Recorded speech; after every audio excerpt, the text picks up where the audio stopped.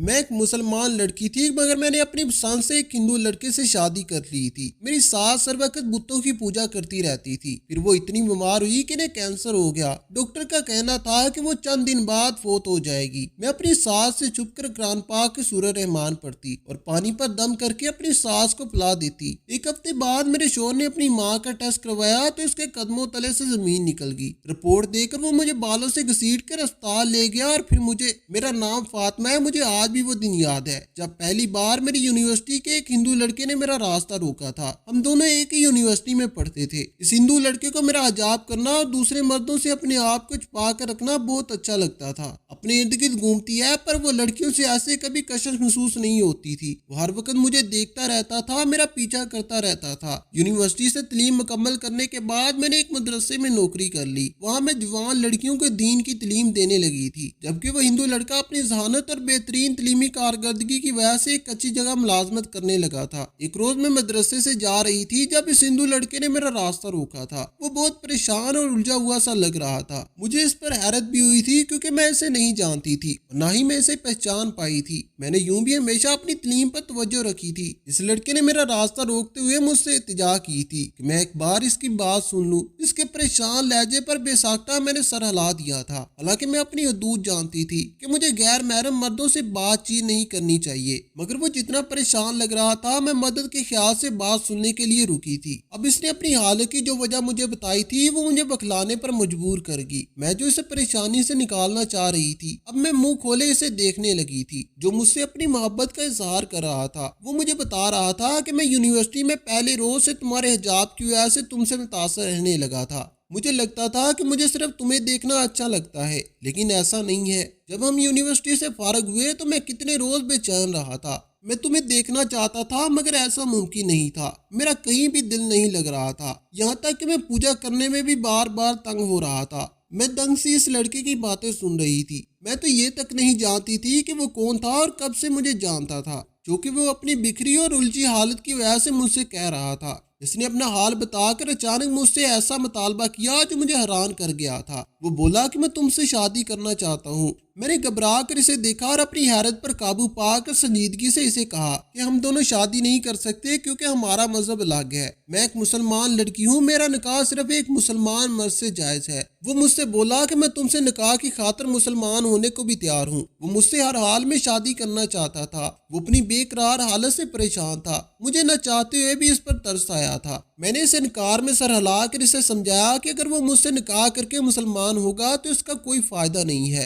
کیونکہ اس کا دل اسلام کو نہیں مانے گا، کیونکہ وہ مجھے حاصل کرنے کے لیے اسلام قبول کر رہا ہے، دل سے تو وہ اسلام قبول نہیں کر رہا۔ میری باتوں نے اسے پریشان کر دیا تھا۔ میں اسے سمجھا بجا کر معذرت کرتی وہاں سے چلی گئی۔ مجھے افسوس تھا کہ میری وجہ سے ایک لڑکا اس حال کو پہنچ گیا تھا، مگر اس میں یقیناً میرا قصور نہیں تھا۔ میں نے اس سے نہ کبھی بات کی تھی اور نہ ہی دوستی کی تھی، لیکن شاید اللہ نے اس کے دل میں میرے حجاب کی عزت اور میرے اسلامی طور طریقے کے لیے کشش پیدا کر دی تھی، اس لیے وہ اپنے مذہب سے بھی دور ہو رہا تھا۔ اس واقعے کے ایک ماہ گزرا تو میں اس لڑکے کے بارے میں بھول گئی اور اپنی زندگی میں مگن ہوگی۔ میری رہائش بھی اسی مدرسے کے ساتھ ہی تھی، کیونکہ میرے والدین کا میرے بچپن میں ہی انتقال ہو چکا تھا۔ میں نے چچا کے گھر رہ کر اپنی ابتدائی عمر گزاری تھی، مگر یوں ہی میں یونیورسٹی میں پہنچی تب میں نے اپنے لیے چھوٹی موٹی نوکری ڈھونڈ لی، کیونکہ میری چچی کا رویہ میرے ساتھ بہت برا تھا۔ اس لیے میں ہمیشہ کے لیے ہاسٹل میں شفٹ ہو گئی تھی تاکہ میں کسی پر بوجھ نہ بنوں۔ اب میری زندگی کا مقصد صرف دینی تعلیم دینا رہ گیا تھا، مگر میری زندگی میں اس ہندو لڑکے نے کچھ عرصے کے لیے ہلچل سی مچا دی تھی۔ اس کی وجہ سے میں کئی روز تک پریشانی میں رہی۔ میں نے اپنی زندگی بہت صاف اور سنبھل کر گزاری تھی۔ میں نہیں چاہتی تھی کہ میں کبھی کوئی ایسی غلطی کروں جس سے اللہ تعالیٰ ناراض ہو جائے، لیکن ایک ماہ کے بعد میں جب وہ بات بھولنے ہی والی تھی ابھی وہ لڑکا پھر سے میرے راستے میں آ کھڑا ہوا۔ میں اسے دیکھ کر گھبرا کی تھی۔ اس نے پہلی بار مجھ سے بات کرنے کی درخواست کی تھی۔ آج اس کا لہجہ کافی بدلا ہوا تھا۔ وہ مذہب اور سلجھے ہوئے لہجے میں درخواست کر رہا تھا۔ وہ خود بھی پہلے کی نسبت کافی بدلا ہوا سا لگ رہا تھا۔ میں نے پہلے تو مصروفیت کا بہانہ بنا کر انکار کرنے کی کوشش کی، مگر وہ میری منت کرنے لگا کہ میں ایک بار اس کی بات سن لوں، اور میں سوچنے لگی کہ اگر وہ اس بار پھر سے شادی کے لیے ضد کر گیا تو میں اسے کچھ دینی تعلیم کی کتابیں دے کر اس اسے اسلام کا مطالعہ کرنے کی ہدایت دوں گی تاکہ وہ اسلام کو سمجھے اور پھر فیصلہ کرے کہ مسلمان ہونا یا نہیں۔ ابھی میں یہی سوچ رہی تھی کہ اس نے بات شروع کی اور اس کا پہلا جملہ سن کر میرا دماغ چکرا گیا تھا۔ وہ بول رہا تھا کہ اس نے اسلام قبول کر لیا ہے اور اس بار اس نے اسلام کو سمجھ کر اس کا مطالعہ کر کے اللہ تعالیٰ اور اس کے نبی صلی اللہ علیہ وآلہ وسلم کی رضا کی خاطر قبول کیا ہے۔ اس کا اسلامی نام ابو بکر تھا۔ میں حیران ہو کر اس لڑکے کو دیکھ رہی تھی۔ اب وہ بولا کہ جب میں نے اسے اسلام کو سمجھ کر قبول کرنے کا کہا تھا، اس نے تابی فیصلہ کر لیا تھا کہ وہ اسلام کا مطالعہ کرے گا۔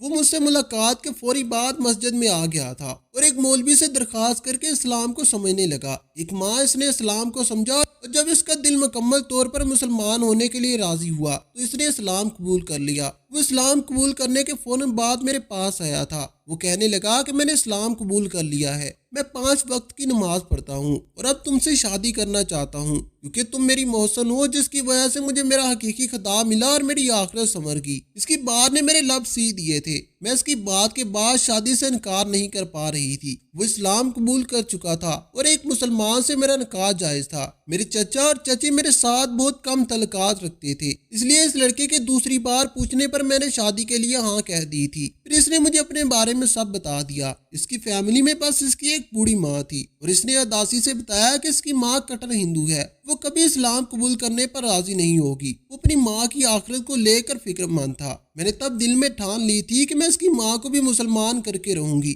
شادی کے بعد ابو بکر مجھے اپنے گھر لے گیا تھا۔ میں شادی کے بعد رخصت ہو کر اپنے سسرال پہنچی تو میرے شوہر نے جھلک کر مجھے پہلے ہی بتا دیا کہ میرا اچھا استقبال نہیں ہونے والا۔ ابھی یہ بات میں سمجھ نہیں پائی تھی کہ گھر میں قدم رکھ کے میری ساس کی نظر میرے شوہر اور مجھ پر پڑی۔ مجھے دلہن کے روم میں اپنے بیٹے کے پہلو میں کھڑا دیکھ کر وہ جھٹکے سے کھڑی ہوئی اور اپنے بیٹے سے لڑنے جھگڑنے لگی۔ جب مجھ پر ان کی نظریں پڑی تو وہ مجھ پر غصہ کرنے لگی، لڑنے لگی کہ میں نے ان کے بیٹے پر جادو کر دیا ہے، میں بہت بڑی جادوگرنی ہوں۔ بہت مشکل سے میرے شوہر نے اپنی ماں کو چپ کروایا اور وضاحت دینے لگا۔ اس گھر میں قدم رکھتے ہی میرا دم گھٹنے لگا تھا۔ اس چھوٹے سے سین میں جگہ جگہ بت لگائے گئے تھے اور عجیب سے رنگ بگڑے ہوئے تھے۔ میں تو ایک مسلمان لڑکی تھی اور ظاہر ہے میرے لیے یہ سب دیکھنا اور برداشت کرنا نہایت مشکل تھا۔ گھر میں ہر طرح گندگی بھی پھیلی ہوئی تھی، جس کی وجہ سے میرا شوہر پہلے مجھے بتا چکا تھا کہ اس کی بوڑھی ماں اب کام نہیں کر سکتی اور وہ بھی اپنی مصروفیت سے جیسے تیسے وقت نکال کر اپنی ماں کو سنبھالتا۔ میرا شوہر اپنی ماں کو سنبھالتے ہوئے ان کے کمرے میں لے گیا اور میں مایوس ہو کر ایک طرف بیٹھ گئی۔ یہ سب کچھ میرے لیے نیا نہیں تھا۔ میں جانتی تھی میرا شوہر بچپن سے ہندو تھا اور اس کی ماں کا مذہب بھی ہندو ہے۔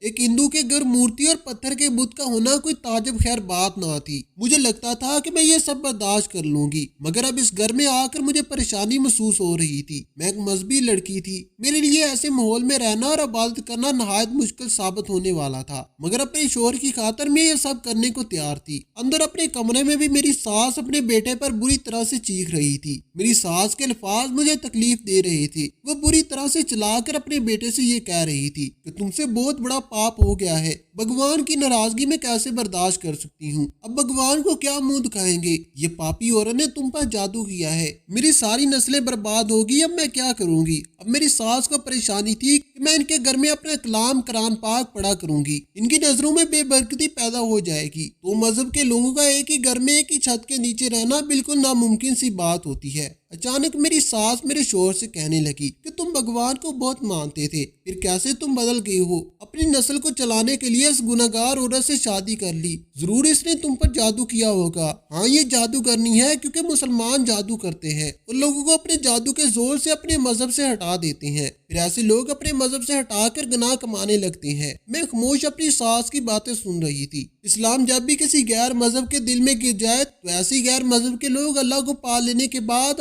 اپنا گھر بار اور دوست دنیا سب کو چھوڑ دیتے ہیں۔ دراصل اللہ تعالیٰ انہیں اپنے قریب کر لیتا ہے اور یہ بات صرف وہی سمجھ سکتے ہیں جو اسلام کے دائرے میں داخل ہوتے ہیں، ورنہ دوسرے لوگ اسلام کو جادو ہی سمجھتے رہتے ہیں۔ میری ساس بہت غصے میں تھی اور میرا شوہر ان کو سمجھانے کی کوشش کر رہا تھا، انہیں روک رہا تھا کہ فاطمہ کو ایسا ویسا کچھ مت کہیں، وہ میری بیوی ہے، میں اس سے محبت کرتا ہوں، وہ اچھی لڑکی ہے۔ میری ساس نے بہت باتیں کی اور اپنے بیٹے سے لڑتے ہوئے اسے شرم دلانے لگی کہ اس جادوگرنی نے مجھ سے میرا بیٹا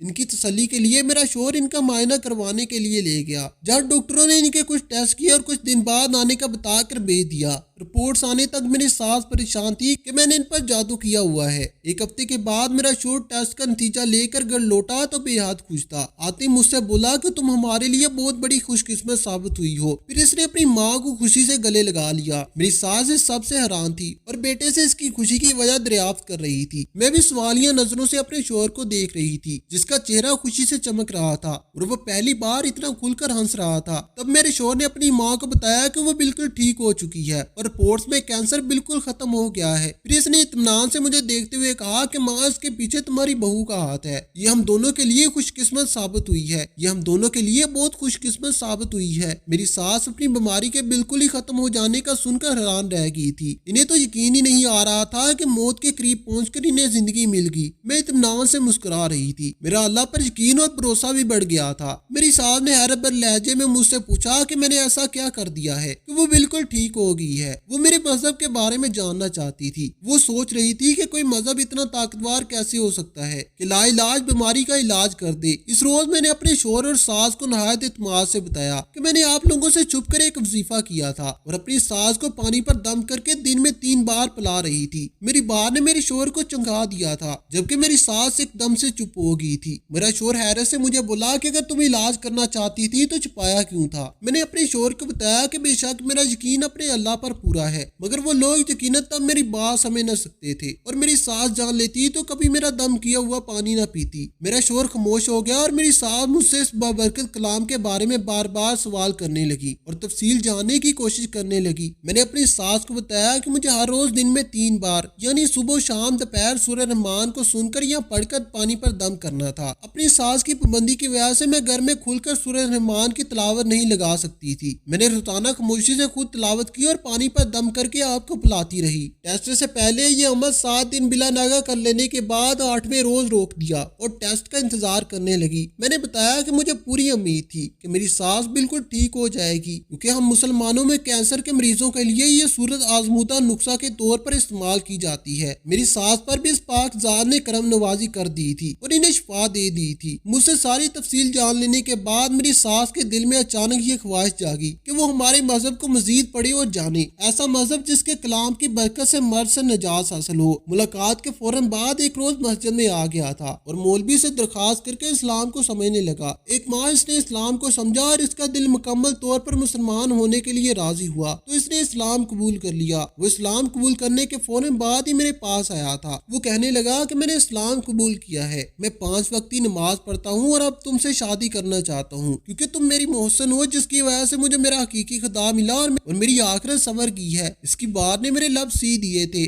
میں اس کی بات کے بعد شادی سے انکار نہیں کر پا رہی تھی۔ وہ اسلام قبول کر چکا تھا اور ایک مسلمان سے میرا نکاح جائز تھا۔ میرے چچا اور چاچی میرے ساتھ بہت کم تعلق رکھتے تھے، اس لیے اس لڑکے کے دوسری بار پوچھنے پر میں نے شادی کے لیے ہاں کہہ دی تھی۔ پھر اس نے مجھے اپنے بارے میں سب بتا دیا۔ اس کی فیملی میں پہلے تو میں نے مصروفیت کا بہانہ بنا کر انکار کرنے کی کوشش کی، مگر وہ میری محنت کرنے لگا بس ایک بار اس کی بات سن لوں، اور میں سوچنے لگی کہ اس بار پھر سے شادی کے لیے ضد کرنے لگا تو میں اسے کچھ دینی تعلیم کی کتابیں دے کر اس اسلام کا مطالعہ کرنے کی ہدایت دوں گی تاکہ وہ اسلام کو سمجھے اور پھر فیصلہ کرے کہ اسے مسلمان ہونا ہے یا نہیں۔ ابھی میں یہی سوچ رہی تھی کہ اس نے بات شروع کی اور پہلا جملہ سن کر میرا دماغ چکرا گیا تھا۔ وہ بول رہا تھا کہ میں نے اسلام قبول کر لیا ہے اور اس بار اس نے اسلام کو سمجھ کر اس کا مطالعہ کر کے اللہ تعالیٰ اور اس کے نبی صلی اللہ علیہ وآلہ وسلم کی رضا کی خاطر قبول کیا ہے۔ اس کا اسلامی نام ابو بکر تھا۔ میں حیران ہو کر اس لڑکے کو دیکھ رہی تھی۔ تب وہ بولا کہ جب میں نے اسے اسلام کو سمجھ کر قبول کرنے کا کہا تھا، اس نے تب ہی فیصلہ کر لیا تھا کہ وہ اسلام کا مطالعہ کرے گا۔ وہ مجھ سے ہو جائے میری ساس جذباتی پن سے رونے لگی تھی، کہنے لگی مجھے یہ زندگی تمہارے خدا نے دی ہے، اب سے میرا خدا وہی ہے، میں اسے خدا کے احسان کے بدلے ساری عمر کا شکر ادا کر کے گزار دینا چاہتی ہوں۔ میں اپنی باقی زندگی مسلمان ہو کر اس کے حکم کے مطابق گزاروں گی، بس تم مجھے اپنے رب کے حضور سجدہ کرنا سکھا دو۔ میری آنکھوں سے آنسو جھلک پڑے تھے۔ میں نے اس بات پر اپنی ساس کو سینے سے لگا لیا تھا۔ میرے شوہر بھی مجھے تشکر بڑی نظروں سے دیکھنے لگا تھا، کیونکہ میں نے ایک ناممکن عمرہ کو ممکن کر دکھایا تھا۔